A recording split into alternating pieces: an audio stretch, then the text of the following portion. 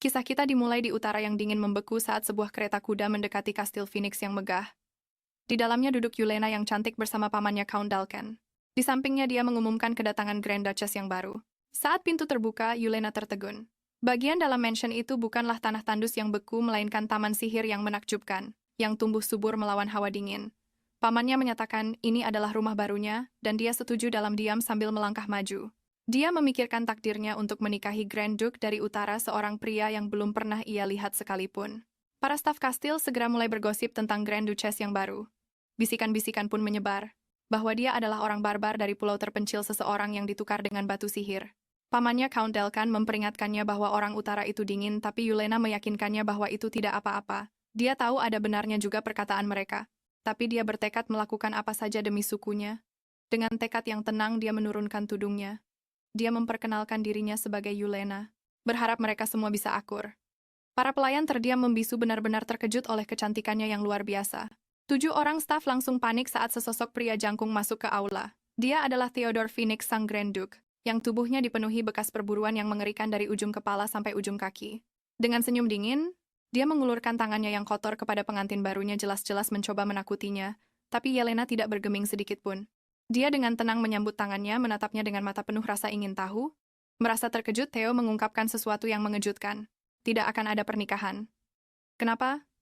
Karena dia sudah menikah 3 kali sebelumnya. Theo menjelaskan apa yang terjadi pada ketiga istri sebelumnya. Dengan senyum licik, dia mengungkapkan bahwa mereka semua kabur atau menemui akhir yang mengerikan. Pesannya jelas, dialah yang berikutnya. Seorang sekretaris bernama Yulist kemudian membawa Yelena keluar menuju sebuah menara terpencil yang menyeramkan. Memberitahunya bahwa dia akan tinggal terpisah dari sang duke. Saat Yelena bertanya di mana kamarnya, Yulist kembali mengatakan hal yang mengejutkan. Satu-satunya kamar yang tersedia adalah di loteng paling atas. Semua lantai lainnya kosong, sementara angin berhembus kencang di sekitar mereka. Yelena sadar dia benar-benar diasingkan. Sementara Yelena diasingkan ke menara menyeramkan itu, Theo bersantai sambil minum. Sekretarisnya Julius memastikan bahwa Yelena sudah berada di loteng sesuai perintah, tapi Julius bingung. Dia tahu seluruh adegan perburuan itu palsu, jadi untuk apa sambutan yang dramatis dan berantakan itu? Theo hanya menyeringai menjelaskan bahwa itu adalah sebuah peringatan. Dia ingin menghancurkan semua harapan Yelena akan pernikahan yang bahagia. Dia ditakdirkan untuk menjadi duchess yang terlupakan, terkurung, dan diabaikan. Karena penasaran, Julius bertanya apakah pengantin baru itu menangis karena perlakuan kasar tadi. Julius dengan gugup melaporkan kembali, dan laporannya tidak seperti yang Theo harapkan. Duchess yang baru tidak menangis atau berteriak, dia malah tersenyum. Kabar itu membuat Theo hampir tersedak minumannya. Benar-benar tercengang, dia tidak bisa mempercayai telinganya. Sementara itu Yelena justru sangat gembira di kamar loteng barunya. Baginya ruangan berdebu ini adalah kamar terbesar dan terbaik yang pernah ia miliki. Bukannya merasa diasingkan. Dia menghangatkan tangannya di dekat batu sihir, merasa bersyukur karena penduduk desanya sekarang juga akan merasa hangat. Kebahagiaannya, yang sederhana, adalah satu-satunya hal yang tidak pernah Theo duga. Sebuah kilas balik mengungkapkan mengapa Yelena begitu santai di kampung halamannya Pulau Luet. Di sana selalu musim semi, tapi ketika gelombang dingin tiba-tiba datang, kepanikan menyebar. Rakyatnya tidak pernah mengenal musim dingin, dan ayahnya menentang keputusannya, melarangnya menikahi pria yang belum pernah ia temui, tapi Yelena tetap teguh. Kaisar menawarkan sebuah kesepakatan. Batu pemanas sihir yang mustahil mereka dapatkan sebagai ganti pernikahannya. Sebagai satu-satunya pewaris sukunya, itu adalah pengorbanan yang sangat besar. Tapi dia menyatakan bahwa keputusannya sudah bulat. Ayahnya memohon agar dia tidak pergi, tapi Yelena tetap bersikeras. Dia menjelaskan bahwa inilah alasan mengapa dia harus pergi, adalah tugasnya untuk melindungi rakyatnya. Kembali ke masa sekarang, dia menguatkan tekadnya, yakin bahwa dia bisa menjalani kehidupan baru ini. Dia mengingatkan dirinya sendiri bahwa pamannya Dalkan ada di dekatnya untuk mendukung. Dan sekretaris Julius tampaknya cukup baik. Saat memikirkan Theo, dia tidak teringat sambutan mengerikan itu. Sebaliknya pipinya memerah dan menghangat. Tangannya yang besar dan hangat. Di pulaunya para pemburu sangat dihormati. Dan dia melihat kekuatannya sebagai sebuah kelebihan. Yelena dengan gembira menyimpulkan bahwa suaminya adalah orang yang bertanggung jawab, dan masuk akal merasa yakin mereka akan baik-baik saja. Tapi saat dia mencoba meraih salah satu batu sihir berharga itu, dia kehilangan keseimbangan dan tersandung berusaha menangkap benda berharga itu. Kakinya menginjak papan yang longgar, yang ternyata membuka sebuah pintu tersembunyi di dinding. Benar-benar terkejut, dia tidak bisa menahan dirinya untuk tidak terjatuh, langsung melewati lorong rahasia itu. Dia mendarat dengan keras, di sisi lain mengerang karena jatuh tak terduga. Yelena terjatuh keluar dari lorong itu dan mendarat di balkon indah yang disinari cahaya bulan. Berdiri di hadapannya adalah Archduke Theo, yang bertanya, Apa yang sedang dilakukannya di sana? Terkejut, Yelena terbata-bata menjelaskan bahwa dia mencoba menangkap batu sihir. Theo benar-benar bingung. Wanita ini seharusnya meringkuk dan menangis di loteng berdebu itu, bukan muncul di hadapannya seperti ini. Mengabaikan kebingungannya, Yelena memberi hormat dengan anggun. Dia memperkenalkan dirinya dan berkata dia sangat berharap mereka bisa akur. Saat dia mendongak dengan senyum cemerlang, Theo terpikat merasa seolah-olah dia baru pertama kali melihatnya. Theo terkejut dalam hati, benar-benar bingung. Wanita ini seharusnya mengurung diri di loteng sambil meratapi nasibnya, tapi bukannya air mata. Dia malah memberinya hormat dengan anggun disertai senyum cemerlang yang menerangi wajahnya. Dia secara resmi memperkenalkan dirinya sebagai Yelena. Saat itulah dia sadar ini adalah pertama kalinya dia benar-benar melihat wanita itu. Pesta penyambutannya yang mengerikan telah menutupi penampilannya sepenuhnya. Dia tiba-tiba menyadari aroma bunga yang lembut, tubuhnya yang ramping, dan matanya yang seperti permata. Archduke yang tangguh itu tertegun, rona merah menjalar di lehernya saat dia terpikat oleh kecantikannya. Otak Theo seakan korslet. Dia memaksa dirinya untuk sadar, mengingatkan dirinya sendiri bahwa wanita itu bukanlah istri untuk dicintai, hanya seorang Grand Duchess sementara. Dia bersumpah untuk tidak pernah lengah dan memutuskan harus memperlakukannya lebih keras lagi, mulai sekarang sambil mengeraskan hatinya. Dia memanggil namanya berniat penuh untuk memarahinya. Yelena bergidik dan mendongak, tapi bukannya kata-kata dingin yang telah dia rencanakan. Dia malah bertanya mengapa wanita itu memakai pakaian tipis di cuaca dingin. Dia langsung mengutuk dirinya sendiri karena menyuarakan kekhawatirannya. Di dunia ini, legenda menceritakan tentang seorang saintis satu-satunya manusia yang mampu menggunakan kekuatan dewi.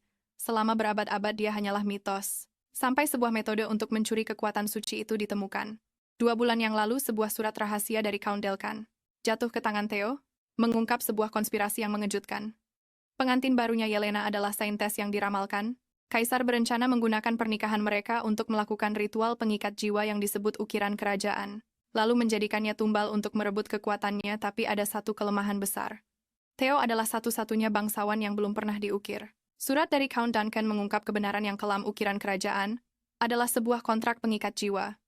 Dia menunjukkan bahwa 3 pengantin Theo sebelumnya, entah kabur atau menemui ajal secara misterius. Sambil menyeringai, sang kaisar mengonfirmasi bahwa dialah yang melenyapkan mereka semua, demi membersihkan jalan bagi sang gadis suci. Hal ini memaksa Theo untuk mengingat masa lalunya sebagai Grand Duke dan keponakan kaisar. Dia dicap sebagai iblis perang. Setelah kematian ibunya, dia dikirim ke medan perang di usianya yang baru 15 tahun. Dia belajar bertahan hidup dengan menjadi kejam, tahu bahwa keraguan sekecil apapun akan berujung pada kematiannya sendiri. Theo teringat masa lalunya yang brutal, di mana dia terpaksa mematikan jiwanya hanya untuk bertahan di medan perang. Dia kembali dari perang bukan sebagai pahlawan, melainkan sebagai monster yang ditakuti semua orang. Istri-istri sebelumnya semua berakhir tragis, namun dia tidak merasakan apa-apa, pasrah menjalani hidup yang hampa. Tapi rencana kaisar memberinya tujuan baru. Mengejutkan ajudannya Eulis, Theo dengan tenang menyatakan bahwa dia akan menikahi sang gadis suci. Eulis mempertanyakan keputusannya menikahi wanita yang ditakdirkan menjadi tumbal. Tapi Theo mengungkapkan rencananya yang sederhana namun brilian. Sebagai istrinya, kaisar tidak akan bisa menyentuhnya. Dia hanya perlu menolak untuk melakukan ukiran itu selamanya. Theo menyeringai sendiri sudah. Membayangkan reaksi kaget sang kaisar saat rencananya gagal. Malamnya dia menemukan Yelena berdiri di balkon. Di bawah sinar bulan, dia mengepalkan tangannya mengingatkan diri sendiri bahwa wanita itu harus takut padanya, tapi sebelum dia bisa mengatakan apapun, wanita itu berbalik dengan tatapan khawatir bertanya apakah dia kedinginan. Kaget, Theo memasang wajah datar, mengklaim bahwa dia pria tak punya hati yang tidak merasakan apa-apa. Pipi Yelena memerah saat dia memalingkan muka, benar-benar salah tingkah karena salah paham. Theo mengira aksi mengintimidasinya akhirnya berhasil. Berpikir taktiknya berhasil, Theo pun semakin menjadi-jadi. Dia menunjuk ke jembatan yang menghubungkan balkon mereka lalu menetapkan aturan. Mulai sekarang wanita itu tidak boleh pergi kemanapun, atau melakukan apapun tanpa seizinnya. Dia membungkuk sambil menyeringai memperingatkannya bahwa tidak ada yang luput dari pandangannya, bahkan seekor tupai putih kecil yang mencoba kabur. Tapi ancamannya sama sekali tidak dipahami oleh Yelena. Yelena tersipu berpikir pria itu menempatkannya di loteng, hanya agar bisa dekat dengannya. Kewalahan dengan tindakan yang disangkanya sebagai bentuk perhatian itu, dia tiba-tiba merasa pusing dan terhuyung ke belakang hingga jatuh dari balkon. Bereaksi secepat kilat, Theo melompat ke depan dan menangkap Yelena di udara, menariknya dengan aman ke dalam pelukannya. Dia benar-benar kaget merasakan betapa ringannya tubuh wanita itu, hampir seperti memegang seekor burung kecil di telapak tangannya. Dia sangat yakin wanita itu akan ketakutan mendorongnya menjauh seperti yang dilakukan orang lain. Setelah terdiam sejenak, dia melepaskannya. Tapi bukannya tersentak ketakutan, Yelena malah menatapnya dan dengan tulus berterima kasih karena telah menyelamatkannya. Theo membeku, benar-benar terperangah. Sentuhan monsternya tidak membuatnya takut, wanita itu justru berterima kasih padanya. Pikiran Theo benar-benar kacau. Istri-istrinya di masa lalu, rakyatnya, bahkan musuh-musuhnya, mereka semua gemetar ketakutan di hadapannya. Tapi Yelena adalah orang pertama yang pernah menatapnya tanpa sedikit pun rasa takut. Dia teringat pertemuan pertama mereka, bagaimana wanita itu menyambut tangannya yang berlumuran darah perang tanpa ragu. Sebuah strategi baru terbentuk di benaknya. Daripada membuatnya takut, dia akan memberikan apa yang wanita itu inginkan. Dia tiba-tiba bertanya apakah wanita itu membutuhkan batu sihir. Terkejut, Yelena sadar bahwa pria itu tahu alasannya menikah dan khawatir pria itu membencinya karena hal itu. Otak Theo korslet, dia pikir wanita itu datang untuk batu sihir, tapi sekarang dia bilang tidak membutuhkannya. Dia menuntut untuk tahu apa yang sebenarnya wanita itu inginkan. Theo bersiap mengira wanita itu akan meminta cerai atau bantuan untuk kabur. Sekarang tujuannya tidak tercapai, dia mengepalkan tangannya, siap menolaknya mentah-mentah, tapi permintaannya adalah sesuatu yang tidak pernah dia duga. Dengan senyum penuh harap dia bertanya apakah mereka bisa sarapan bersama. Benar-benar terkejut, Theo menyuruhnya mengulangi perkataannya. Yulena tersenyum cerah memintanya untuk makan bersama. Benar-benar bingung, Theo menyuruhnya mengulangi apa yang baru saja dia katakan. Dengan senyum yang mempesona, Yulena dengan gembira bertanya apakah mereka bisa sarapan bersama. Pikirannya kacau, wanita itu tidak menginginkan uang, batu sihir atau kekuatan militer. Yang dia inginkan hanyalah makan sederhana. Dia benar-benar bingung dengan gadis putih ini, yang seperti tupai, sampai-sampai dia serius akan mengumpulkan biji ek untuknya. Tapi keheningannya yang lama dan terkejut disalahartikan. Ekspresi penuh harap Yulena hancur saat dia meminta maaf, mengira tidak adanya jawaban berarti penolakan. Wajah Yulena murung, dia hanya ingin mencairkan suasana dan membuat suasana sedikit lebih nyaman, tapi sekarang dia khawatir tidak akan pernah bisa dekat dengannya. Tepat saat pikirannya mulai kacau, Theo menyela dengan belak-belakan menyatakan bahwa dia biasanya tidak sarapan, tapi sebelum harapannya benar-benar padam, dia menawarkan alternatif makan siang akan lebih baik. Keesokan paginya, Theo sudah bekerja keras ketika ajudannya Yules masuk terlihat sangat kelelahan. Yules mengeluh bahwa Theo membangunkannya pagi-pagi buta dan menuntut untuk tahu mengapa dia memberi perintah mendesak untuk mengganti kepala koki saat fajar. Yules menyeringai mengatakan pada Theo bahwa sudah saatnya dia membuat perubahan, menebak dengan benar bahwa ini semua karena sang Grand Duchess. Theo yang salah tingkah mencoba bersikap tenang, berpura-pura baru ingat janji makan siang mereka. Tapi Yules bisa menebaknya menyadari tuannya mulai peduli pada istrinya. Untuk memberi ruang bagi pasangan itu, Yules menyarankan untuk mengirim Count Delkan pergi dalam misi selama 3 bulan. Mata Theo berbinar. 3 bulan tanpa Delkan di dekat Yulena. Seringai posesif muncul di wajahnya saat dia langsung menyetujui rencana itu. Sepertinya masalah akan segera datang. Yulena duduk untuk minum teh dengan Count Delkan yang langsung menjadi terlalu pribadi, bertanya apakah dia dan Theo sudah melakukan itu. Wajah Yulena memerah padam dan dia tergagap mengatakan hal seperti itu. Belum terjadi menjelaskan bahwa Theo hanya bersikap pengertian. Topeng ramah Delkan terlepas. Kesal dengan kepolosannya, dia mengertakkan gigi memutuskan dia perlu melatihnya sendiri. Dia dengan dingin memberitahu Yulena bahwa jika seorang suami menghindari istrinya itu, berarti dia sebenarnya tidak menyukainya. Membuatnya benar-benar terpana. Sikap ramah Count Delkan menghilang, dia mengungkapkan bahwa kemakmuran pulau itu bergantung sepenuhnya pada kemampuannya untuk merebut hati Theo, dan dengan belak-belakan menyuruhnya untuk segera menarik perhatiannya. Yulena yang sangat malu bertanya bagaimana caranya, dan Delkan memberinya saran mode yang sangat tidak pantas, menyarankan agar dia mengenakan pakaian yang terbuka, dan menjuntai yang dirancang untuk membuat pria tertarik. Setelah dia pergi, Yulena melangkah ke balkon untuk mencari udara segar, masih terguncang dari percakapan menyeramkan itu. Saat dia menghela napas di udara dingin, dia tiba-tiba melihat sesuatu yang membuatnya membeku. Di balkon yang dingin, Theo tiba-tiba muncul di belakang Yulena menyampirkan jaketnya di bahunya. Dia memperingatkannya bahwa dia akan sakit, membuatnya benar-benar salah tingkah oleh tindakan tak terduga itu, dan menyadari lengan bajunya terlalu panjang. Theo menyarankan untuk memotongnya. Yulena panik bersikeras, dia bisa melipatnya saja daripada membuang pakaian yang masih bagus itu. Theo menyeringai terhibur dengan kepraktisannya, tapi kemudian ekspresinya berubah serius. Dia bertanya apakah wanita itu bertemu dengan Count Delkan. Dan ketika wanita itu mengiyakan, Theo mengungkapkan bahwa dia tahu persis apa yang mereka berdua bicarakan. Theo mengaku mendengar seluruh percakapan mereka dari lorong. Sebuah kilas balik menunjukkan dia menguping saat Count Delkan menyuruh Yuliana untuk menarik perhatiannya. Dengan cepat bahkan menyarankan agar wanita itu memakai pakaian terbuka untuk memikatnya. Kembali ke masa sekarang, ekspresi Theo sulit ditebak. Dia mengujinya bertanya mengapa wanita itu ragu-ragu. Dia menunjukkan bahwa jika Yuliana berhasil membuatnya terkesan, dia akan mendapatkan semua kekayaan yang dijanjikan Delkan. Yulena terdiam membeku, lalu dengan wajah memerah padam dia nyeletuk bahwa dia hanya sangat-sangat lapar dan belum makan sejak pagi. Yuliana nyeletuk bahwa dia adalah tipe orang yang benar-benar harus sarapan. Tepat pada saat itu perutnya berbunyi dengan sangat kencang dan memalukan. Theo membeku, benar-benar terkejut dengan jawabannya yang jujur. Wajahnya memerah padam saat dia bertanya-tanya bagaimana wanita itu bisa begitu menawan, hanya karena perutnya lapar. Menurutnya wanita itu sangat imut. Kemudian Theo memanggil para ajudannya termasuk dokter pribadinya David. Sang dokter terlihat sangat bersemangat. Ini adalah pertama kalinya sang duke memanggilnya secara pribadi. Sang dokter David mengenang waktunya merawat para ksatria di medan perang. Dia belajar bahwa luka batin jauh lebih sulit untuk disembuhkan daripada luka fisik, dan tidak ada yang lebih tertutup secara emosional selain Duke Theo. Itulah mengapa panggilan pribadi ini begitu mengkhawatirkan.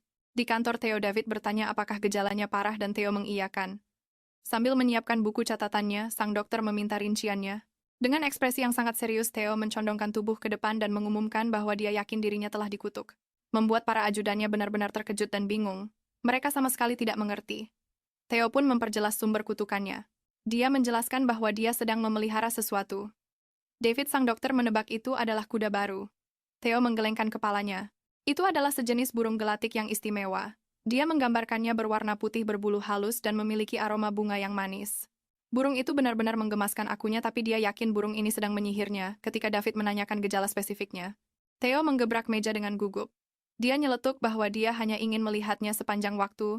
Para ajudannya hanya bisa menatap lalu pergi. Burung gelatik, tanya David benar-benar bingung. Dengan ekspresi yang sangat serius, Theo mengiyakannya. Bersikeras bahwa burung itu benar-benar telah merapal mantra padanya. Sang dokter tercengang. Dia mengharapkan diagnosis yang serius, bukan masalah burung ajaib. Tapi kemudian dia sadar ini adalah pertama kalinya sang duke mengakui perubahan emosional dalam dirinya. Ini adalah kemajuan. Sambil berpura-pura percaya, David dengan dramatis menyatakan bahwa Theo kemungkinan besar memang telah dikutuk. Sebelum mencoba penawarnya, dia menyarankan sebuah tes.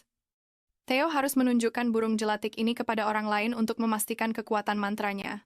David menjelaskan rencana jeniusnya. Jika burung gelatik ini benar-benar merapal mantra, maka semua orang seharusnya juga menganggapnya sama imutnya. Tapi jika tidak, maka Theo harus menerima bahwa perasaannya itu murni miliknya sendiri. Sang Duk memanggil namanya membuat sang dokter membeku ketakutan. Yang mengejutkannya, Theo sedikit tersenyum mengakui itu adalah saran pengobatan terbaik yang pernah dia terima. David benar-benar berseri-seri karena bangga. Kemudian ajudannya yang lain, Eulith, menyatakan keraguannya. Dia mengklaim kalau itu kutukan sungguhan, dia juga akan terkena dampaknya. Theo hanya bilang mereka akan segera mengetahuinya. Yulet mengingatkan Theo kalau perburuan dengan para bangsawan menyebalkan itu sudah di depan mata. Sebuah ide muncul di benak Theo, ini adalah kesempatan sempurna untuk menguji kutukannya. Dia mengumumkan akan membawa sang Duchess bersamanya, dan menyuruh Yulet untuk menyiapkannya. Tapi kemudian dia menghentikannya, menambahkan permintaan khusus, pastikan wanita itu berpakaian hangat, karena sepertinya dia tidak tahan dingin. Yulet setuju, tapi dalam hati dia keringat dingin. Bagaimana sang Duk akan menanganinya jika semua orang juga menganggapnya sama menggemaskannya? Beberapa hari kemudian mereka tiba di area perburuan dan Yuliana terpesona oleh pemandangan musim dingin yang menakjubkan. Saat mereka berjalan, Yulet menawarkan penghangat tangan pada Yuliana yang dengan senang hati ia terima. Dia kemudian dengan santai memberikan kabar mengejutkan sang duke berencana untuk memperkenalkannya secara resmi kepada bangsawan lain di kabin. Seketika suasana hati Yuliana yang ceria langsung lenyap. Dia mulai panik dan cemas. Dia sama sekali tidak tahu etiket para bangsawan, dan takut mereka akan membencinya karena dia hanya rakyat biasa. Menyadari kegelisahannya, Yulet dengan lihai mengalihkan pembicaraan. Dia menunjuk ke sungai dan berkata begitu sungai itu membeku, Yuliana bisa bermain seluncur es. Yuliana yang belum pernah mendengarnya, mendapat janji darinya akan dihadiahi sepatu seluncur. Yulet membawanya masuk ke pondok berburu yang nyaman, tapi suasana hangat itu langsung lenyap begitu mereka melangkah masuk. Sekelompok bangsawan langsung mengerumuni Yuliana, salah satu dari mereka merayunya habis-habisan, menyebutnya lebih cantik dari rembulan, dan menyatakan Theo pria paling beruntung di dunia. Kewalahan oleh pujian yang bertubi-tubi, Yuliana membeku saat mereka semua setuju. Yulet dengan cepat turun tangan dengan tegas mengingatkan mereka untuk menghormati sang Grand Duchess. Tapi para bangsawan itu hanya mencibir, membisikkan rumor jahat bahwa dia dijual demi batu sihir. Salah satunya bahkan berani menawarinya miliknya sendiri. Bangsawan licik itu terus berbicara menyuruh Yuliana untuk memberinya kesempatan, sambil menyombongkan diri kalau dia punya cukup batu sihir untuk membeli seluruh pulau. Sebelum Yulet sempat mengamuk, sebuah tangan mencengkeram pagar di lantai atas dengan kekuatan dahsyat. Itu Theo dan dia terlihat sangat murka. Dia berkomentar dengan dingin kalau suasana sudah berisik sejak tadi, dan seisi ruangan langsung hening. Para bangsawan yang tadinya asal bicara sekarang tampak seperti baru saja melihat hantu. Theo turun dengan tenang dan memerintahkan Yulet untuk membawa istrinya ke lantai atas. Salah satu dari mereka dengan gugup bertanya tentang perburuan. Tapi Theo membungkamnya dengan dingin membatalkan seluruh acara itu. Dengan kecepatan mengerikan, Theo mencengkeram bangsawan licik tadi. Matanya memancarkan amarah yang membara. Dia menggeram bahwa perburuan dibatalkan karena tak seorang pun dari mereka akan sanggup untuk pergi. Sambil menanyai pria itu tentang batu sihir yang disembunyikannya. Cengkeraman Theo semakin kencang hingga bangsawan itu menjerit kesakitan. Theo lalu membantingnya ke lantai. Dia memberikan tawaran mengerikan pada pria yang ketakutan itu, bawa kembali semua batu sihir yang kau miliki dan kau mungkin akan kubiarkan hidup. Peringatan terakhir ini untuk kalian semua. Sebarkan lagi rumor tentang Grand Duchess. Dan aku tidak akan berbelas kasihan lagi. Para bangsawan yang ketakutan itu lari tunggang langgang keluar pondok sambil meminta maaf saat kabur dari amukan Theo. Di lantai atas, Juliana benar-benar terguncang. Dia belum pernah merasa begitu dipermalukan dan merasa tak berdaya karena tidak bisa membela diri. Mendengar keributan di bawah, dia khawatir Theo mendapat masalah karenanya. Tiba-tiba pintu terbuka dan Theo muncul. Juliana tersentak, pikirannya dipenuhi rasa malu. Dia yakin Theo pasti menganggapnya lemah dan tidak pantas, tapi bukannya marah, Theo dengan tenang menahannya dan dengan lembut memanggilnya Grand Duchess. Bukannya marah, Theo dengan tenang meminta untuk melihat tangan kanan Yelena, menjelaskan kalau dia pikir Yelena terluka. Karena bingung, dia melihat ke bawah dan baru menyadari bekas kemerahan itu. Dia mengeluarkan salep khusus yang terbuat dari batu penyembuh, dan dengan lembut mengoleskannya. Cahaya sihir lembut pun muncul di kulitnya. Dia bertanya dengan lembut apakah rasanya sangat sakit, tapi Yelena hanya meminta maaf, suaranya penuh dengan kekhawatiran. Dia memberitahunya kalau dia tahu para bangsawan tingkat tinggi itu pasti penting baginya, dan merasa bersalah karena telah menyebabkan masalah sebesar itu. Yelena terus meminta maaf. Yakin kalau dia telah merusak koneksi penting suaminya, tapi Theo tidak terima. Dia memegang tangan Yelena dengan erat dan meluruskan kesalahpahaman itu. Memberitahunya bahwa di wilayah duchy ini dia tidak perlu tunduk pada siapapun kecuali dirinya. Dia benar-benar membalikkan semua rumor yang beredar, menjelaskan bahwa dia memberikan batu sihir karena Yelena adalah Grand Duchess, bukan sebaliknya, dan berjanji akan selalu mendengarkannya. Dia memberinya kebebasan penuh di dalam kastil, lalu dia mengucapkan deklarasi pamungkas dia adalah Grand Duke, dan Yelena adalah Grand Duchess-nya, membuat Yelena benar-benar terpana. Theo mempertegas janjinya, memberitahu Yelena bahwa dia punya kebebasan penuh di dalam kastil. Bagaimanapun juga dia adalah Grand Duke, dan Yelena adalah Grand Duchess-nya. Kesadaran itu akhirnya menyadarkannya bahwa pria yang kuat dan mengintimidasi ini adalah suaminya. Wajahnya langsung memerah padam dan dia tiba-tiba menarik tangannya. Theo terkejut, langsung berasumsi yang terburuk bahwa Yelena merasa ngeri dengan pemikiran terjebak bersamanya. Mencoba memecah keheningan yang canggung, Yelena nyeletuk sebuah pertanyaan, bertanya apakah mereka akan berburu sekarang, membuat Theo benar-benar bingung. Dengan rencana berburu yang sudah di depan mata, Yelena menunjukkan pakaian yang dibuat khusus untuknya, dan Theo benar-benar terpesona. Dia hanya pernah melihat Yelena mengenakan gaun-gaun longgar dan kebesaran. Jadi penampilan yang modis dan pas di badan ini benar-benar membuatnya lengah. Sang Grand Duke terlihat sangat salah tingkah sampai-sampai dia harus menutupi wajahnya untuk menenangkan diri. Menyangka keterkejutannya sebagai tanda tidak suka, Yelena menjadi gugup dan bertanya apakah penampilannya terlihat aneh. Tersadar dari lamunannya, Theo dengan cepat meyakinkannya bahwa bukan itu masalahnya sebelum mengajukan pertanyaan yang lebih penting, apakah dia pernah benar-benar berburu? Yelena dengan bangga menyatakan kalau dia tahu cara menggunakan pistol mainan, membuat Theo benar-benar kebingungan. Dia mengaku bahwa meskipun dia pernah mencoba berburu, dia tidak pernah benar-benar berhasil, biasanya malah berakhir dengan mengamati tupai. Senyum geli terukir di bibir Theo. Sambil berpikir dalam hati bahwa itu masuk akal, dia tidak mungkin bisa memburu makhluk yang mirip dengan dirinya sendiri. Memutuskan untuk mengubah rencana, dia berkata berburu mungkin akan sulit tanpa pistol mainan dan sebagai gantinya menawarkan tangannya untuk berjalan-jalan. Yelena dengan senang hati menerimanya dan mereka berdua akhirnya menikmati momen yang tenang berjalan-jalan di taman bersama. Saat mereka berjalan, Yelena menyadari bunga-bunga indah itu tidak memiliki aroma. Theo menjelaskan bahwa bunga-bunga itu ditanam dengan batu sihir, membuatnya menjadi buatan dan tak bernyawa. Merasa kecewa, wajahnya tiba-tiba menjadi cerah dan mendekat untuk menyarankan agar mereka pergi ke tempat lain. Saat Yelena melakukannya, Theo mencium aroma wangi yang menyenangkan darinya, semburat merah tipis muncul di wajahnya. Dia berpikir untung saja bunga-bunga itu tidak beraroma, karena itu membuatnya bisa menikmati aroma tubuh Yelena. Tenggelam dalam pikiran tentang kecantikannya, dia tersentak kembali ke dunia nyata. Ketika Yelena dengan antusias bertanya apakah ini tempat mereka bermain seluncur es. Theo mengkonfirmasi tebakannya, menambahkan bahwa mereka bisa naik kereta luncur setelah sungainya membeku, tapi Yelena punya pertanyaan yang lebih mendasar. Apa itu sepatu seluncur es? Dia menjelaskan tentang sepatu mereka yang memiliki bilah untuk meluncur di atas es. Dia pikir itu terdengar menyenangkan tapi mengaku khawatir dengan hawa dingin. Karena ini adalah musim dingin pertamanya yang sesungguhnya.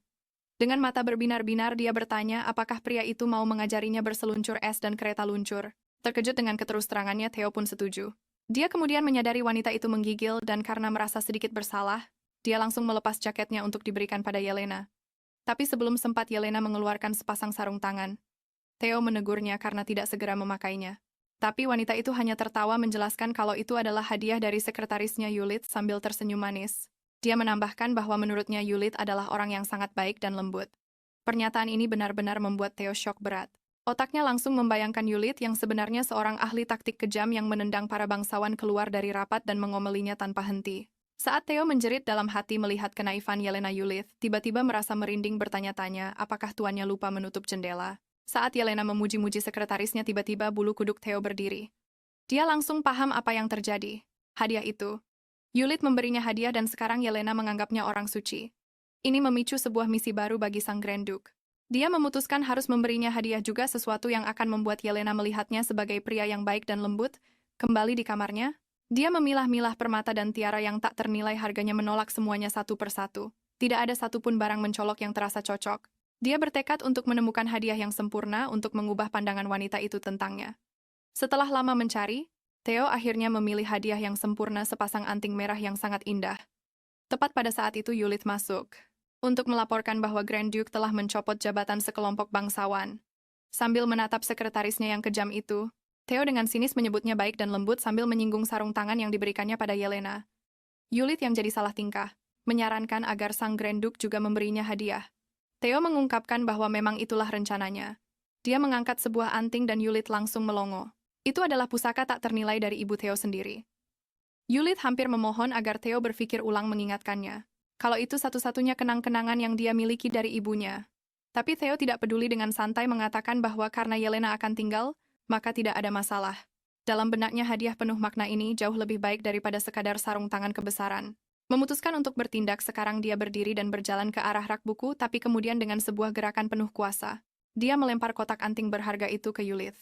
Dia dengan sinis menyuruh sekretarisnya yang baik dan lembut itu untuk mengantarkannya. Saat Yulit menangkap kotak itu, sebuah pikiran terlintas di benaknya. Yelena memang tampak lebih hidup akhir-akhir ini. Theo ternyata tidak tega membiarkan Yulit yang mengantarkan hadiah itu. Sambil menggenggam kotak berharga tersebut, dia berjalan sendiri ke kamar Yelena. Dia mengangkat tangannya untuk mengetuk, tapi suara gaduh dari dalam membuatnya berhenti. Pintu tiba-tiba terbuka, dan Theo benar-benar tertegun. Yelena berdiri di hadapannya tampak bersinar dalam gaun sederhana. Theo menyapanya dengan tergagap, benar-benar salah tingkah. Hawa panas yang aneh menjalar di tubuhnya, dan dia bertanya-tanya apakah Yelena merapal mantra lagi padanya karena dia benar-benar kehilangan kendali diri. Yelena benar-benar kaget melihat sang Grand Duke ada di depan pintunya. Dengan sangat malu dia meminta maaf, menjelaskan bahwa dia mengira itu adalah pelayan, dan hanya mengenakan piyama sederhana dari kampung halamannya. Tapi Theo nyaris tidak mendengarkannya, dia benar-benar terpikat.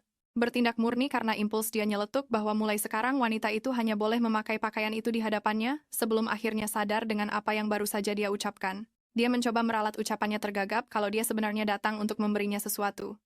Dengan gugup dia menyodorkan kotak itu. Tapi Yelena mundur karena kaget. Yelena hanya mengabaikan ledakan posesifnya dengan manis mengatakan kalau itu tidak mengganggunya. Tapi di dalam hati Theo benar-benar korslet. Dia yakin wanita itu telah merapal mantra lain yang sangat kuat sampai bisa memanipulasi tubuhnya. Mencoba bersikap tenang, dia bilang Yelena boleh memakai apapun yang dia suka, meskipun diam-diam dia berpikir wanita itu terlihat seperti permen kapas. Dia akhirnya memberikan kotak hadiah itu. Yelena membukanya dan menemukan sepasang anting rubi yang menakjubkan. Benar-benar tidak percaya dia bertanya apakah anting itu benar-benar untuknya, dan Theo yang salah tingkah mengiyakannya. Yelena benar-benar terpana oleh anting-anting itu. Tapi rasa kagetnya dengan cepat berubah menjadi kebahagiaan murni. Mengetahui bahwa Theo memilih ini khusus untuknya membuatnya benar-benar bersinar, dan dia memberitahunya betapa berterima kasihnya dia. Senyum lembut yang langka muncul di wajah Theo. Dia hanya senang wanita itu menyukainya. Satu tindakan kecil ini mengisi Yelena dengan harapan. Dia berpikir jika dia bisa terus mendekatinya, mungkin mereka akhirnya bisa menjadi pasangan sungguhan. Dia kemudian bertanya apakah Theo baik-baik saja karena dia terlihat seperti demam, tapi Theo yang salah tingkah hanya bersikeras kalau suhu tubuhnya memang hangat. Kita bertemu dengan pelayan pribadi Yelena Ray, yang punya latar belakang luar biasa. Dia bergabung dengan tentara di usia baru 12 tahun, menggantikan kakaknya yang sakit di garis depan. Saat ksatria lain mengejeknya, Theo sendiri yang turun tangan. Secara pribadi mengajarinya cara menggunakan pedang. Mereka menjadi duo yang tak terhentikan di medan perang memimpin pasukan mereka menuju kemenangan telak. Ray bahkan menjadi ksatria kehormatan atas keberaniannya yang luar biasa, tapi melihat Theo menderita sendirian. Dia melepaskan gelarnya untuk tetap di sisinya sebagai pelayan setianya. Ray mengaku dia khawatir Yelena mungkin akan kabur. Tapi sang Duchess baru dengan cepat memenangkan hatinya dengan pujian atas bakat menata rambutnya.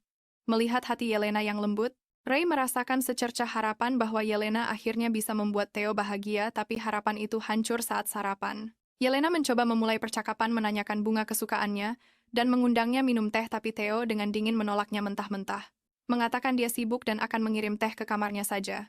Sikap dingin yang tiba-tiba ini membuat para staf benar-benar bingung dengan perilakunya. Pikiran Yelena berkecamuk. Mungkinkah sikap dinginnya yang tiba-tiba ini karena cemburu? Pikiran itu membuatnya tersipu malu. Dia dengan cepat mencondongkan tubuh ke arah Ray membisikkan sebuah rencana baru. Sementara itu para staf sedang dalam mode krisis. Karena perilaku aneh sang Arduke dengan kepala pelayan Eules, yang terlihat sangat emosional. Ray menyela memberitahu Theo ada masalah di tempat latihan. Dia setuju untuk memeriksanya. Begitu Theo pergi, Eules mendekati Yelena. Dia mengungkapkan sebuah rahasia yang mengejutkan. Anting yang diberikan Theo padanya adalah satu-satunya kenang-kenangan yang tersisa dari almarhum ayahnya. Yelena benar-benar terkejut. Eules kemudian mengungkapkan fakta yang lebih mengejutkan lagi. Mengungkapkan bahwa anting itu bukan milik ayah Theo, tapi milik almarhumah ibunya. Kenyataan itu menghantam Yelena dengan keras. Dia telah memberinya sesuatu yang sangat berharga. Panik dia bertanya pada Eules apa yang harus dilakukan, lalu membisikkan sebuah rencana rahasia yang membuat sang kepala pelayan benar-benar terpana. Sementara itu, di tempat latihan Theo mengkonfrontasi Ray.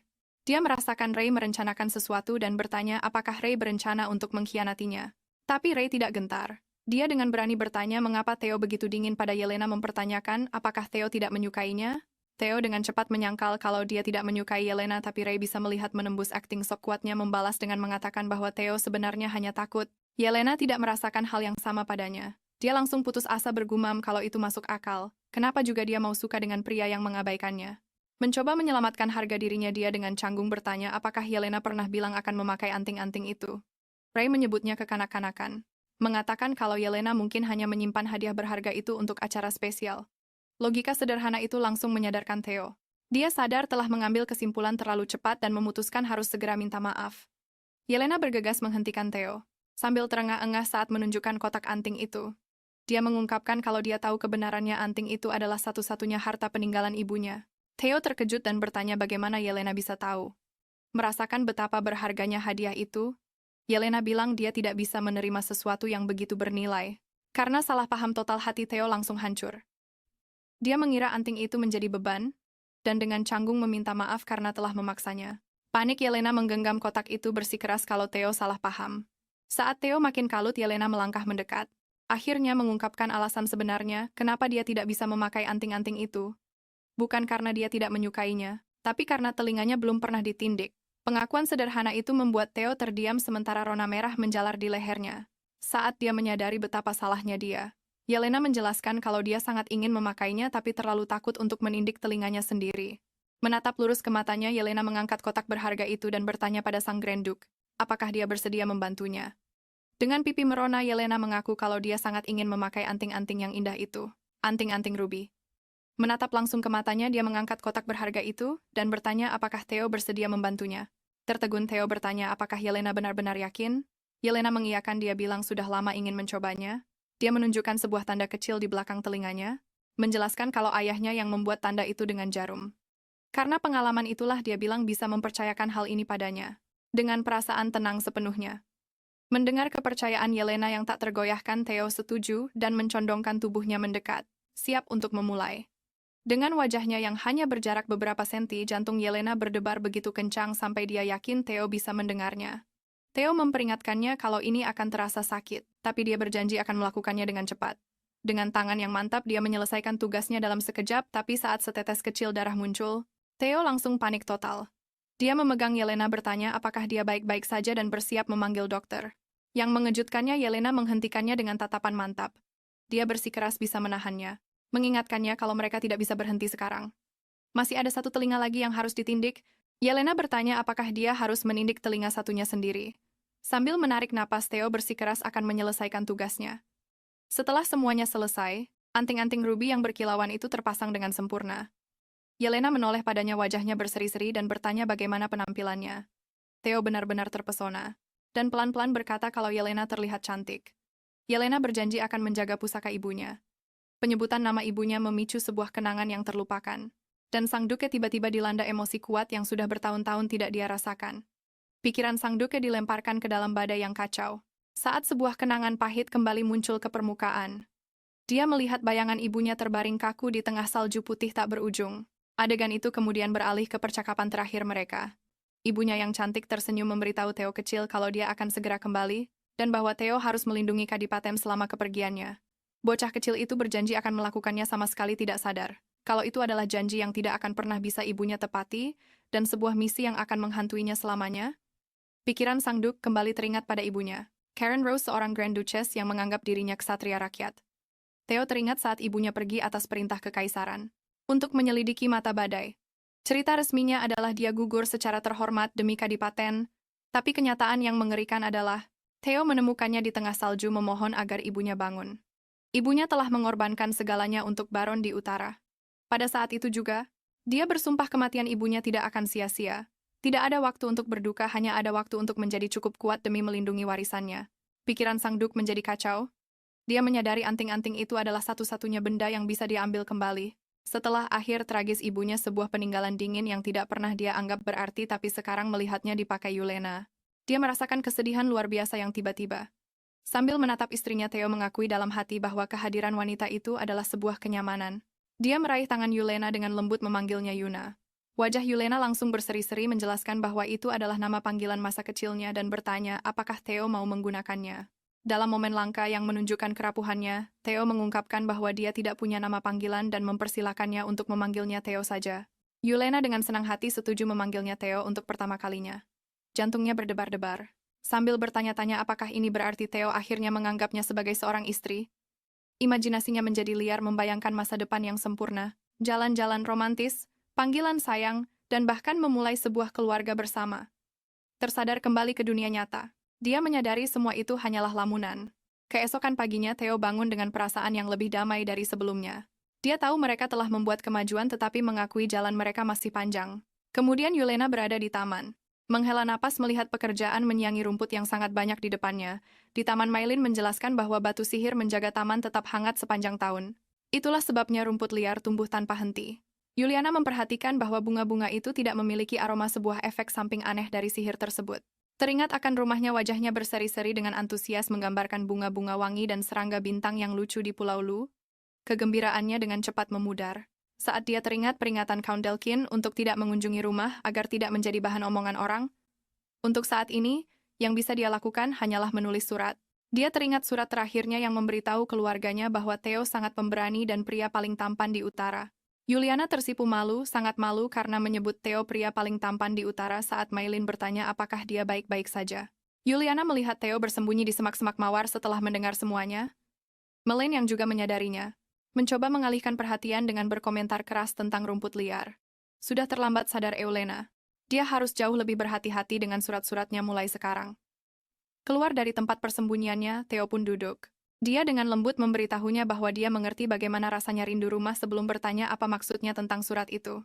Yelena panik mengira Theo benar-benar salah paham padanya. Pikirannya menjadi kacau. Apakah dia sudah berpikir untuk memilih istri lain? Tapi reaksi Theo justru sebaliknya. Dalam hati dia menyatakan bahwa dia sama sekali tidak akan membiarkan hal itu terjadi. Dia melompat berdiri mengejutkan mereka berdua. Berpikir cepat, Maylin menyalahkan suara itu pada tikus tanah raksasa dan dengan cepat menarik Yelena pergi untuk melihat bunga. Saat mereka pergi, hati Theo mencelos. Dia yakin Yelena ingin mengakhiri pernikahan tepat setelah mereka mulai dekat. Mengepalkan tinjunya, dia membuat sumpah dalam hati yang teguh. Dia tidak akan melepaskannya. Dari jendelanya, Theo merenungkan 2 bulan terakhir. Yelena telah beradaptasi dengan sempurna. Dia makan dengan baik, memuji makanannya dan menikmati jalan-jalan setiap hari di taman. Tapi dia tidak bisa menghilangkan perasaan bahwa Yelena sangat rindu rumah, pikiran tentang keinginannya untuk kembali ke Pulau Luhua. Sebuah perjalanan yang memakan waktu lebih dari sebulan membuatnya sangat cemas. Dia tidak tahan dengan gagasan berpisah darinya. Selama itu, sambil memegangi dadanya, dia memutuskan bahwa hal itu sama sekali tidak boleh terjadi.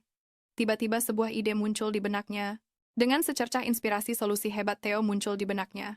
Dia hanya akan membangun replika kampung halaman Yelena, tepat di dalam kadipaten, dan memindahkan semua orangnya ke sana, tapi dia menghentikan dirinya sendiri, mengingat Yelena hanya di sini untuk batu sihir. Pikirannya menjadi gelap.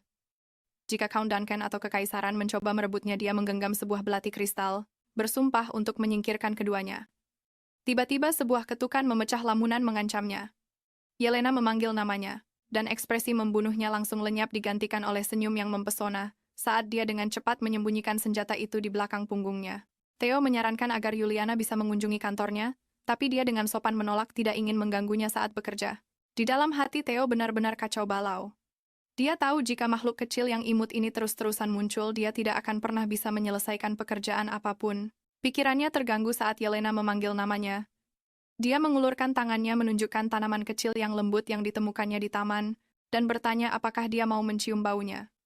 Benar-benar luluh oleh kebaikan sederhananya. Theo setuju mengatakan dia hanya akan melihatnya sebentar. Theo membungkuk ke depan, tapi bukannya hanya mencium daunnya, bibirnya dengan lembut menyentuh jari-jarinya saat dia menghirup aromanya. Jantung Yuliana berdebar kencang di dadanya, rona merah tua mewarnai pipinya. Saat dia berbisik bahwa itu terasa geli. Dia menjelaskan bahwa tanaman itu adalah daun yas sempurna untuk membuat teh penghangat tubuh. Wajah Yuliana berbinar penuh nostalgia. Menceritakan bagaimana tanaman itu tumbuh di desanya dan bagaimana ayahnya dulu membuatnya untuknya, tapi Theo tidak mendengarkan. Dia hanya bertanya apakah dia ingin kembali, sudah merencanakan untuk memberinya segunung batu sihir, agar dia tetap tinggal. Yelena dengan malu-malu bertanya apakah tidak apa-apa jika dia pergi. Pikiran Theo langsung melompat ke kesimpulan terburuk. Bertanya apakah dia benar-benar ingin meninggalkannya, tapi dia menjelaskan bahwa dia hanya butuh peralatan untuk mengeringkan daun teh, dan dengan polosnya mengajaknya ikut. Kata bersama menghantam Theo seperti truk, dia meraih tangannya langsung setuju, dan mengumumkan akan menyuruh Julius berkemas untuk perjalanan mereka selama sebulan. Yelena yang kebingungan harus menjelaskan bahwa yang dia maksud hanyalah pasar di dalam kadipaten, membuat Theo terdiam karena reaksinya yang berlebihan. Yuliana berseri-seri gembira memikirkan semua makanan lezat di pasar. Kata itu akhirnya masuk ke dalam pikiran Theo, dan otaknya langsung korslet tercengang oleh kepanikannya sendiri yang dramatis. Keesokan paginya, seorang pelayan membantu Yuliana bersiap-siap untuk jalan-jalan. Dia memperingatkannya bahwa pasar akan ramai, menyarankannya untuk tetap dekat dengan sang Duke. Yuliana setuju meskipun pikirannya fokus sepenuhnya pada semua jajanan yang akan dia beli. Di luar, Julius menunggu dengan kereta yang megah, memberitahunya bahwa Theo akan segera datang sambil membantunya naik. Di dalam kereta, Yelena bertanya-tanya apakah sang Duke sibuk, merasa senang karena dia ikut dengannya meskipun sibuk bekerja. Saat dia memikirkan keramaian, dia dengan gugup mempertimbangkan untuk meminta memegang tangannya demi keamanan. Tiba-tiba pintu terbuka dan Theo masuk terlihat sangat gagah. Dia meminta maaf atas keterlambatannya. Yelena bertanya apakah dia sibuk, dan dia dengan lancar menjawab bahwa dia sudah menangani semuanya di dalam kepalanya. Meskipun dia mengakui tidak banyak yang harus dilakukan, dia hanya ingin terlihat seperti suami yang bisa diandalkan di matanya. Ulysses mengumumkan keberangkatan mereka, dan kereta kuda pun berangkat. Yelena sadar kalau penampilan Theo terlihat sangat gagah hari ini. Rambutnya baru dipotong dan dia bahkan mengenakan syal mewah yang biasanya membuatnya tidak nyaman. Jelas sekali dia mencoba untuk membuatnya terkesan. Dia dengan santai bertanya apa yang Yelena butuhkan. Dan Yelena menjelaskan kalau dia sedang mencari sebuah keranjang dan jaring untuk daun tehnya. Saat mereka dalam perjalanan, kereta kuda tiba-tiba menghantam gundukan besar, membuatnya berhenti mendadak. Sang kusir berteriak meminta maaf karena ada batu di jalan. Guncangan itu membuat Yelena terlempar dari tempat duduknya, dan mendarat tepat di pangkuan Theo yang secara refleks langsung memeluknya. Dengan Yelena yang tiba-tiba berada di pelukannya, jantung Theo mulai berdebar kencang. Dia benar-benar terpikat oleh aroma bunga manis dari tubuh Yelena dan untuk sesaat, dunia di luar kereta seakan lenyap. Yelena menatapnya dengan sama gugupnya, pipinya memerah padam. Sebuah dorongan yang luar biasa menyelimuti Theo. Dia ingin memeluknya dan tidak pernah ingin melepaskannya. Dia mencondongkan tubuhnya lebih dekat, mempersempit jarak di antara mereka. Tiba-tiba suara panik Ulysses terdengar berteriak dari luar, menanyakan apakah mereka baik-baik saja. Memutuskan untuk menyelamatkan momen itu, Theo dengan sengaja berpura-pura tidak mendengar apa-apa. Bukannya menjawab, Theo malah dengan jahil menutupi telinga Yelena untuk menghalangi teriakan itu. Sambil tersipu, Yelena menatap ke atas dan bertanya apakah mereka harus menjawab, tapi sudah terlambat. Di luar, Ulysses hanya berasumsi mereka baik-baik saja, dan menyuruh kusir untuk jalan lagi. Begitu kereta kembali berjalan, Theo membantu Yelena kembali ke tempat duduknya. Merasa berani setelah momen intim tadi, dia memutuskan sekarang atau tidak sama sekali untuk memegang tangannya, tapi Theo selangkah lebih maju, menggenggam tangannya lebih dulu. Keduanya langsung membeku, wajah mereka memerah padam saat jantung mereka mulai berdebar kencang begitu tangan mereka bersentuhan. Dunia seakan berhenti berputar. Theo dan Yelena sama-sama membeku, wajah mereka memerah padam saat jantung mereka mulai berdegup kencang. Tepat saat mereka tenggelam dalam perasaan baru ini, pintu kereta terbuka. David mengumumkan bahwa mereka telah tiba di pasar. Dan mendapati mereka duduk kaku di sisi yang berlawanan terlihat seperti baru saja bertengkar. Merasa bingung, dia mempersilakan Yelena keluar. Dia melangkah ke jalanan tapi kaget karena jalanan itu benar-benar sepi. Dia menoleh ke Theo dan bertanya mengapa tidak ada seorang pun di sekitar. Dan yang Theo lakukan hanyalah setuju. Mata Yelena berbinar saat melihat sebuah toko teh dan dia dengan antusias mengajak untuk memeriksanya. Tapi sebelum mereka sempat, Count Delkan muncul mengingatkan Theo bahwa dia punya batas waktu 2 jam yang ketat. Ternyata alasan pasar itu kosong adalah karena Theo sengaja menutupnya hanya untuk kencan mereka. Memaksa semua orang lain untuk menunggu di luar. Delkan menghela napas melihat masalah yang disebabkan bosnya, tapi saat dia memperhatikan pasangan itu, dia tidak bisa menahan perasaan lega. Meskipun kacau, jelas sekali kalau Theo jauh lebih bahagia akhir-akhir ini. Tidak menyadari jalanan yang sepi, Yelena dengan semangat menarik Theo ke sebuah kedai makanan ringan. Para penjual langsung membeku. Terlihat sangat terkejut. Ini mengkonfirmasi ketakutan terburuk Theo. Dia sadar bahwa menutup pasar adalah keputusan yang tepat untuk melindungi Yelena dari reaksi orang-orang terhadapnya. Dia tidak tahan membayangkan Yelena menatapnya dengan rasa takut. Tapi Yelena tenggelam dalam dunianya sendiri yang bahagia.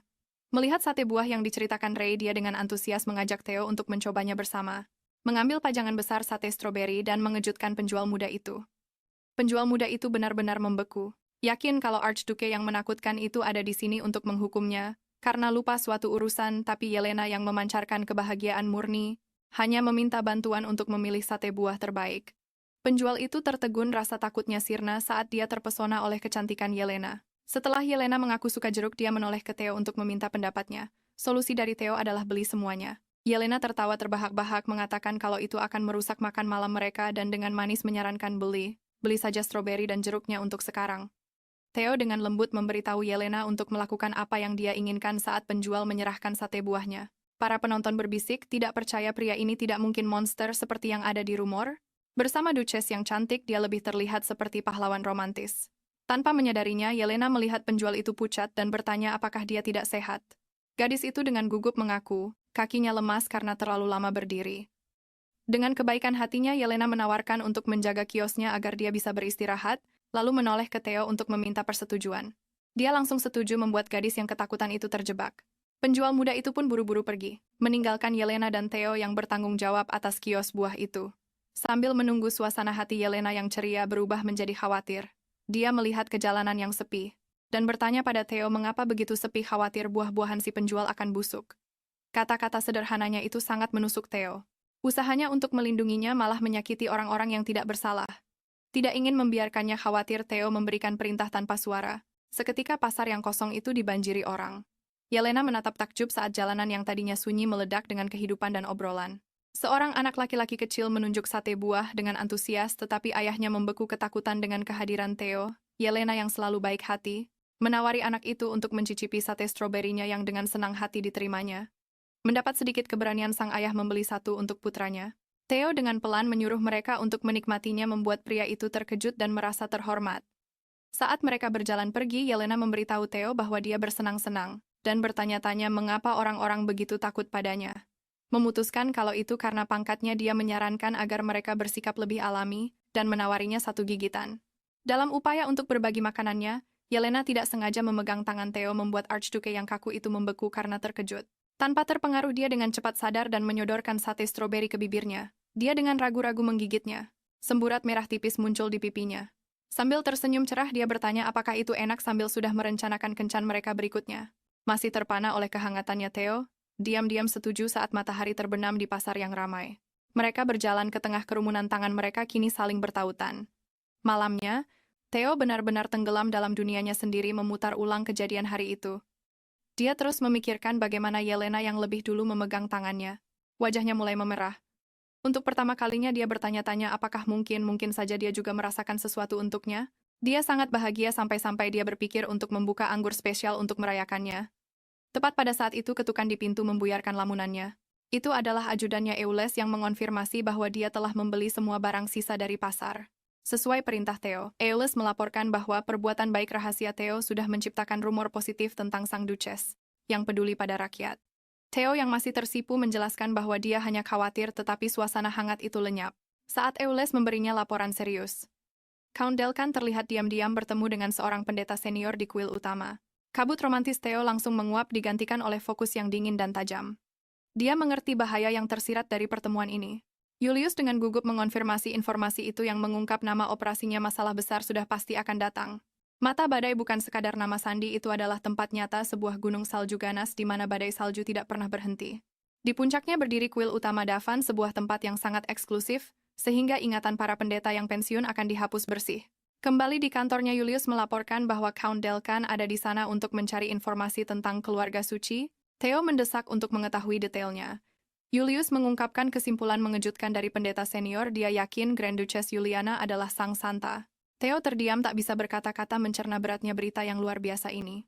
Teks kuno terlarang menceritakan tentang seorang santa legendaris utusan bercahaya dari Dewi Daphne. Ramalan menyatakan bahwa ketika dia muncul, dia akan memiliki tanda merah di telinganya, dan dunia akhirnya akan mengerti mengapa mereka membutuhkannya. Julius menjelaskan bahwa, setelah upacara Juliana, di mana dia menerima tanda yang persis sama musim di pulau asalnya mulai berubah. Selain itu, sebuah batu, dengan tulisan kaumnya ditemukan di dekat kuil bertuliskan kata perlindungan. Julius kemudian bertanya pada Theo, apakah dia melihat batu serupa saat berada di sana? Julius menyatakan rencana pertamanya adalah menghubungi orang-orang di pulau asal Juliana. Theo mendengarkan ekspresinya tidak terbaca. Dia mengetuk meja sekali, lalu tangannya tiba-tiba meremas sebuah laporan. Meremukan kertas itu.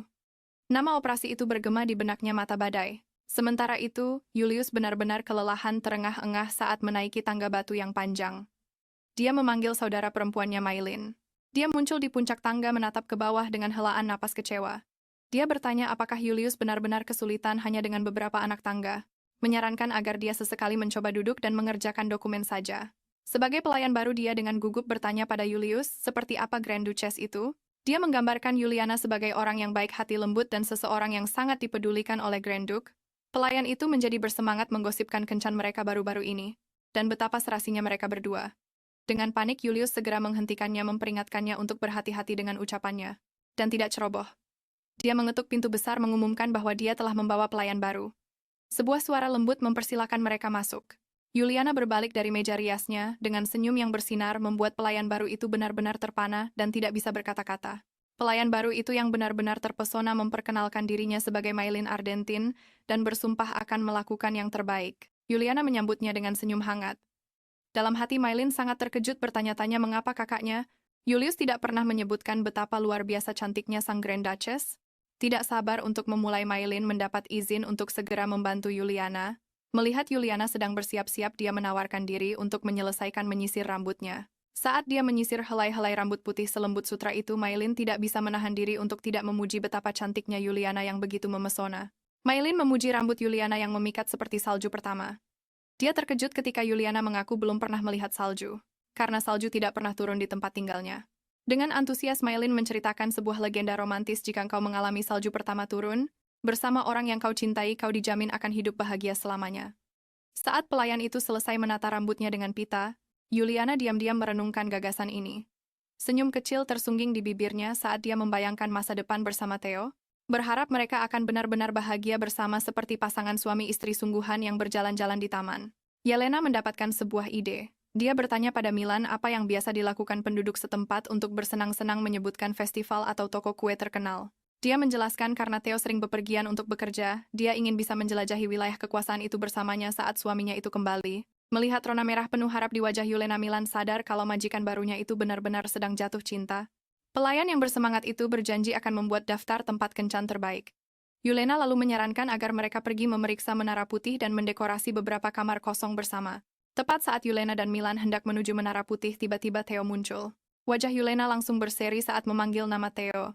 Theo bertanya apakah dia akan berjalan-jalan, dan dalam momen langka yang lembut dia menyarankan agar mereka berjalan-jalan bersama. Yelena sangat menginginkannya, tapi dia menjelaskan kalau dia sudah berjanji pada Milan untuk menjelajahi menara itu. Sadar dirinya belum diperkenalkan, Milan menjadi gugup dan buru-buru memperkenalkan diri. Theo mengenalinya sebagai adik dari ajudannya Ulysses. Theo lalu bertanya pada Yelena apa yang begitu menarik dari menara itu, dan Yelena pun mengungkapkan rencana mereka untuk mendekorasi kamar-kamarnya yang kosong. Ini membuat Yelena penasaran dan dia bertanya pada Theo kenapa menara itu disebut Menara Putih padahal jelas-jelas terbuat dari batu hitam. Theo menjelaskan bahwa menara itu dinamai demikian karena penampilannya saat tertutup salju. Itulah cara penduduk setempat tahu bahwa musim dingin telah benar-benar tiba. Mendengar ini harapan Yulena membuncah. Dia dengan antusias bertanya kapan salju pertama akan turun. Dia berjanji akan mengajak Theo jalan-jalan saat salju turun, tapi Theo langsung menolaknya mentah-mentah. Seluruh auranya berubah saat dia berkata, kalau akan lebih baik jika salju tidak pernah turun. Dia terang-terangan mengaku benci salju dan suasana pun menjadi dingin saat Theo mengungkapkan. Kebenciannya yang mendalam pada warna putih membuat Yulena benar-benar terpana. Suara Theo sedingin es saat dia menyatakan bahwa semua salju itu sama membuat Yulena dan Milan terkejut. Tapi bukannya marah, Yelena dengan tenang menerima perkataan Theo. Melihat betapa Theo membenci salju putih, Yulena hanya pamit dan berbalik untuk pergi. Milan yang panik pun segera mengikutinya. Theo sama sekali tidak menyangka dengan kepergian Yulena yang begitu tenang. Dia mengulurkan tangan memanggil namanya, tapi wanita itu tidak menoleh sedikit pun. Theo benar-benar bingung bertanya-tanya kenapa Yulena tiba-tiba bersikap seperti itu dan pergi begitu saja. Di ruang kerjanya, Theo diinterupsi oleh ajudannya Ulysses yang membawa laporan. Dia memberitahu sang Archduke bahwa Yulena tidak meninggalkan menara seharian penuh dan makan di dalam. Suasana hati Theo langsung memburuk dan dia menggebrak meja menuntut untuk tahu kenapa Yulena tidak pergi berjalan-jalan. Meskipun gemetar ketakutan Ulysses dengan berani memberikan penjelasan, dia meminta Theo untuk memikirkan warna rambut Yulena, putih. Lalu dia bertanya tentang salju di luar.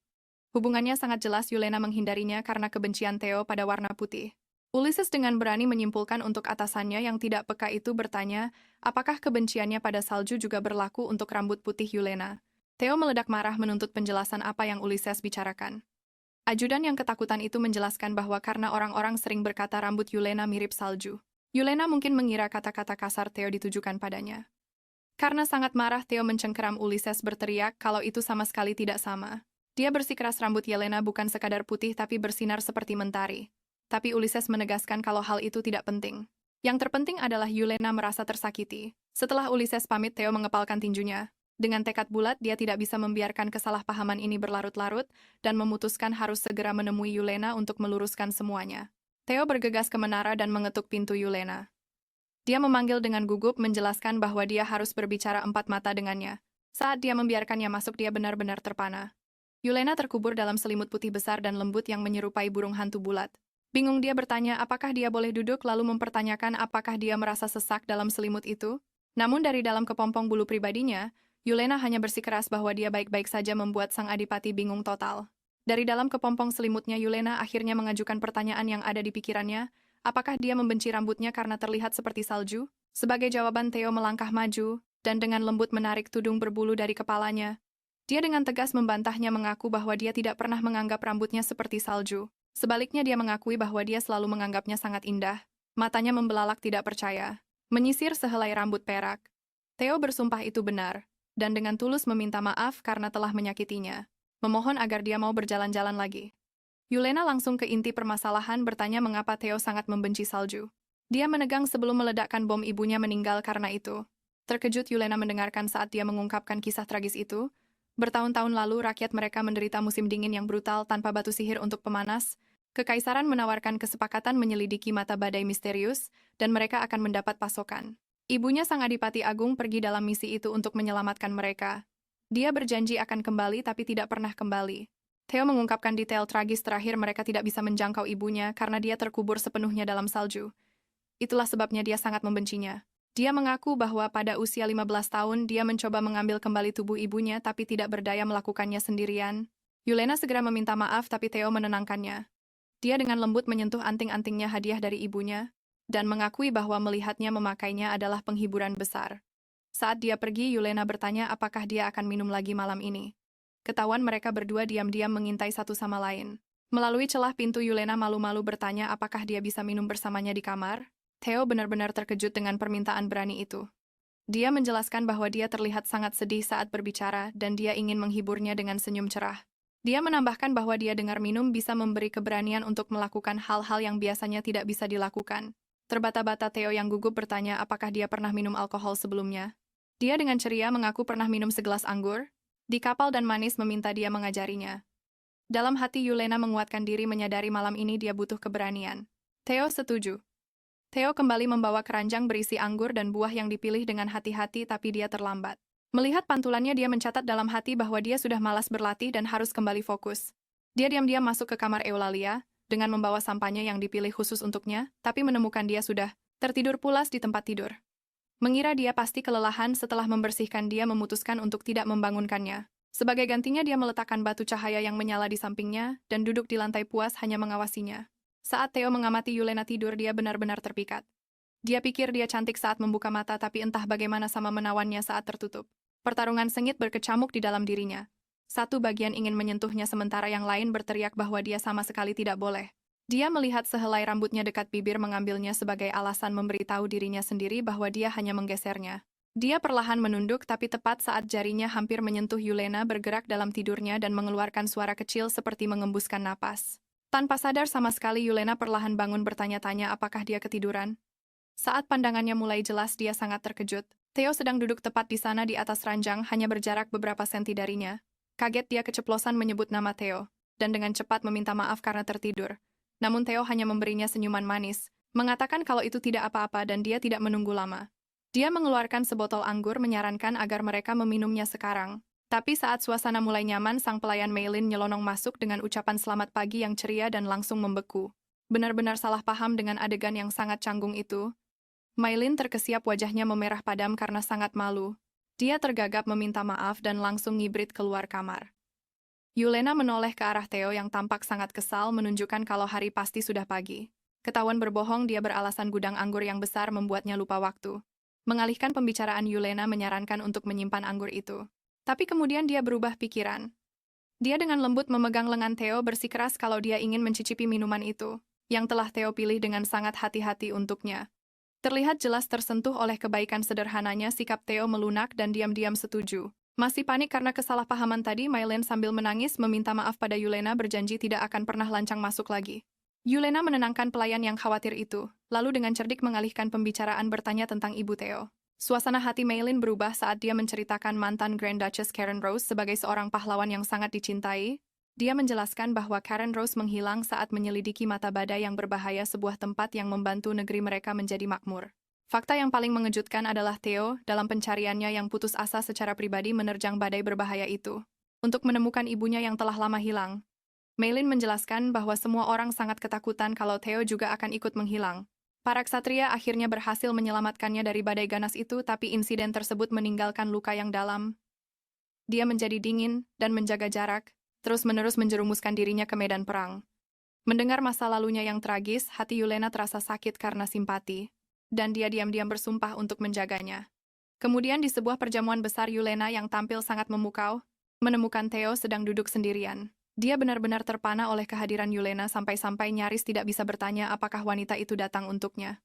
Saat Yulena meminta untuk duduk di sampingnya, Theo langsung setuju, benar-benar terpesona. Sambil berbasa-basi, Theo menyebutkan kalau dia sudah membersihkan ruangan di bawah Menara Putih. Yulena dengan lembut mengatakan bahwa itu bukan tugasnya, tapi kemudian dia melontarkan sebuah pernyataan yang mengejutkan. Dia berencana untuk menggunakannya, jadi ruangan itu akan menjadi milik mereka. Otak Theo langsung korslet mempertanyakan apa maksud perkataan Yulena. Yulena dengan ceria menjelaskan bahwa ruangan yang tidak berangin itu terasa nyaman. Imajinasi Theo pun langsung menjadi liar. Mengira Yulena menyarankan agar mereka berbagi kamar, dan dia pun menjadi sangat salah tingkah. Padahal niat Yulena sebenarnya jauh lebih polos. Itu adalah tempat yang bagus untuk menghindari salju. Theo terdiam membisu, menyadari bahwa dia telah salah besar menafsirkan niat Yulena. Yulena dengan ceria menyatakan bahwa dia benci salju, dan sekarang mengusulkan agar mereka bersembunyi di kamar mereka saat salju pertama turun. Theo yang selalu pragmatis menunjukkan bahwa itu berarti mereka akan terjebak di dalam selama setengah musim dingin. Tidak terpengaruh, Yulena berkata dia akan berjalan-jalan di seluruh menara saja. Nada bicaranya kemudian melunak saat dia mengungkapkan alasan sebenarnya. Dia tahu Theo menjadi sedih saat salju turun, dan dia tidak ingin membiarkannya sendirian. Terpukau oleh perhatiannya yang tulus, Theo mengakui bahwa dia ingin lebih mengenal Yulena. Sikapnya kemudian melunak dan mengaku kalau dia juga ingin tahu lebih banyak tentang Yuna. Yulena terkejut karena Theo ingin tahu tentang dirinya. Dia menjelaskan kalau ibunya meninggal lebih awal dan ayahnya yang dingin jarang membicarakannya. Untuk terhubung, mereka akan menyalakan api unggun. Karena suara gemeretak api sepertinya membantunya terbuka tentang cintanya yang telah tiada. Merasa tertarik, Theo menyarankan agar mereka menyalakan api unggun di musim dingin supaya mereka juga bisa berbicara jujur tentang segalanya. Yulena setuju dalam diam, memutuskan bahwa ketika waktunya tepat, dia akan menanyakan pertanyaan yang selama ini dia simpan di dalam hatinya. Dengan pipi yang bersemu merah, Yelena diam-diam menerima peran barunya sebagai istrinya. Mengambil inisiatif, Theo menyarankan mereka bersulang untuk musim dingin yang akan datang, dan mereka dengan gembira mendentingkan gelas mereka, tetapi momen damai mereka hancur. Saat pintu terbuka lebar, kepala pelayan mereka Julius menerobos masuk dengan pengumuman penting. Marah karena gangguan itu, Theo menuntut untuk tahu mengapa dia tidak mengetuk pintu. Julius menjelaskan bahwa seorang tamu telah tiba untuk Juliana, seorang pria bernama Asarum dari suku Epine. Mata Juliana terbelalak kaget sebelum dia dengan gembira berseru bahwa Asarum adalah temannya. Theo memberitahu Juliana bahwa karena itu, tamunya dialah yang harus menyambutnya dan menambahkan bahwa dia akan pergi bersamanya. Tetapi saat Juliana yang gembira berbalik untuk pergi, Julius dengan gugup menghentikan sang Archduke. Dia menjelaskan bahwa tamunya adalah seorang pria, dan informasi itu jelas membuat Theo terkejut. Sebelum dia bisa memprosesnya, Yelena bergegas maju dengan gembira, memanggil nama Azaram. Pria itu seorang penerus dari suku Upon tersenyum cerah padanya dan memanggilnya Yuna. Sangat gembira dia meraih lengannya, bertanya bagaimana mungkin dia bisa sampai di sini. Azaram dengan santai menjelaskan bahwa dia datang sejauh ini hanya karena merindukannya sambil memegang tangannya. Theo memperhatikan mereka berdua, ekspresinya berubah menjadi dingin seperti batu. Namun di dalam hatinya amarah yang membara dan hening mulai memuncak saat dia melihat pria lain menyentuh istrinya dengan begitu bebas. Sama sekali tidak menyadari aura membunuh yang terpancar dari suaminya Yelena, dengan riang memperkenalkan Asarum sebagai sahabat masa kecil terdekatnya. Pria itu menoleh ke arah Theo dengan senyum percaya diri, mengulurkan tangannya untuk salam resmi dan menyebutkan namanya. Perkenalan santai Azaram langsung membuat Theo tegang. Mata sang Archduke menyipit menuntut untuk tahu apa yang baru saja dikatakan pria itu. Merasakan masalah, Yelena dengan panik meminta maaf, menjelaskan bahwa temannya merasa canggung dengan ucapan formal. Sebelum memarahi Asarum untuk menggunakan etiket yang benar. Tidak ingin menimbulkan masalah untuknya, Asarum memutuskan untuk menjabat tangan Theo saja, sementara Theo dalam hati mengabaikan ketidaktahuan pria itu. Dia memutuskan tidak akan memaafkan sentuhan sebelumnya. Dia menyambar tangan Asarum, meremukkannya dalam genggamannya sambil memaksakan senyum manis yang menakutkan dan berkata senang bertemu dengannya. Jabat tangan ramah Theo berubah menjadi cengkeraman yang meremukkan tulang dan Asarum meringis kesakitan. Merasa kesal, dia menoleh ke Yelena dan bertanya dalam bahasa ibu mereka apakah Theo adalah pria buas yang pernah dia dengar. Yelena dengan cepat memarahi temannya karena kekasarannya. Merasa sedang dihina, Theo menuntut untuk tahu apa yang mereka katakan. Untuk mencairkan suasana, Asarum bertanya apakah dia bisa bergabung dengan makan malam mereka. Memutuskan untuk berperan sebagai suami yang murah hati, Theo setuju. Dia melepaskan tangan Asarum dan secara halus berdiri di antara dia dan Yelena, diam-diam menegaskan posisinya dengan senyum manis yang dingin. Theo menyuruh Asarum untuk makan, menekankan bahwa dia adalah teman masa kecil istrinya yang berharga. Ancaman terselubung itu membuat Asarum berkeringat. Di meja makan, Yelena dengan polosnya menanyakan kabar desanya. Merasa terganggu dengan obrolan akrab mereka, Theo menyela menanyakan apakah Asarum sudah selesai makan. Karena bingung, Yelena mengira Theo berbicara padanya, tapi Theo menjelaskan kalau yang dia maksud adalah tamunya. Dia pun segera menegur Asarum karena sopan santunnya yang buruk. Menuntutnya untuk menggunakan gelar Grand Duke dengan benar. Asarum dengan enggan setuju, tapi dalam hati dia menganggap Theo tidak lebih dari seorang bajingan. Asarum dengan kurang ajarnya menyuruh sang Grand Duke untuk pergi sekarang karena dia dan Yelena punya banyak hal untuk dibicarakan. Sebuah urat muncul di pelipis Theo, tapi dia hanya tersenyum. Dia dengan tenang menyatakan bahwa dia belum selesai dan memerintahkan kepala pelayan untuk membawakan lebih banyak makanan. Dalam hati Theo mendidih karena marah menolak untuk meninggalkan mereka berdua sendirian sedetik pun sambil terus melahap makanannya. Yelena yang tidak sadar hanya mengomentari nafsu makannya yang besar. Asarum kemudian memberitahu Yelena bahwa dia merindukannya setiap hari, mengakui bahwa dia menyesal telah melepaskannya. Genggaman Theo pada peralatan makannya mengencang, nyaris tidak bisa mengendalikan amarahnya. Dalam hati Theo menganggap pengakuan Asarum itu palsu dan menjijikkan. Merasakan suasana yang tegang, Yelena mencoba menenangkan temannya, bersikeras bahwa keadaannya sangat baik. Dia dengan gembira menyebutkan teman-teman barunya. Sebelum beralih ke Theo, memujinya karena sangat perhatian dan baik hati, membuat Theo benar-benar terkejut dengan rasa terima kasihnya yang tulus. Sikap Theo melunak. Dia mengatakan padanya itu hal yang wajar dan dia bisa meminta apapun yang dia butuhkan. Asarum mengamati interaksi mereka dengan senyum penuh perhitungan di wajahnya. Dia bilang dia senang Yelena diperlakukan dengan baik, mengakui bahwa dia khawatir Yelena akan diperlakukan seperti orang biadab. Asarum secara provokatif mengatakan bahwa dia dan Yelena pada dasarnya sudah seperti tunangan di kampung halaman mereka. Theo yang sama sekali tidak terkesan dengan datar mengatakan tidak. Dia menyebut ide itu konyol, memperjelas bahwa apapun yang dipikirkan Asarum tidak pernah terjadi dan tidak akan pernah terjadi. Merasa malu, Yelena menegur temannya atas komentarnya yang tidak pantas.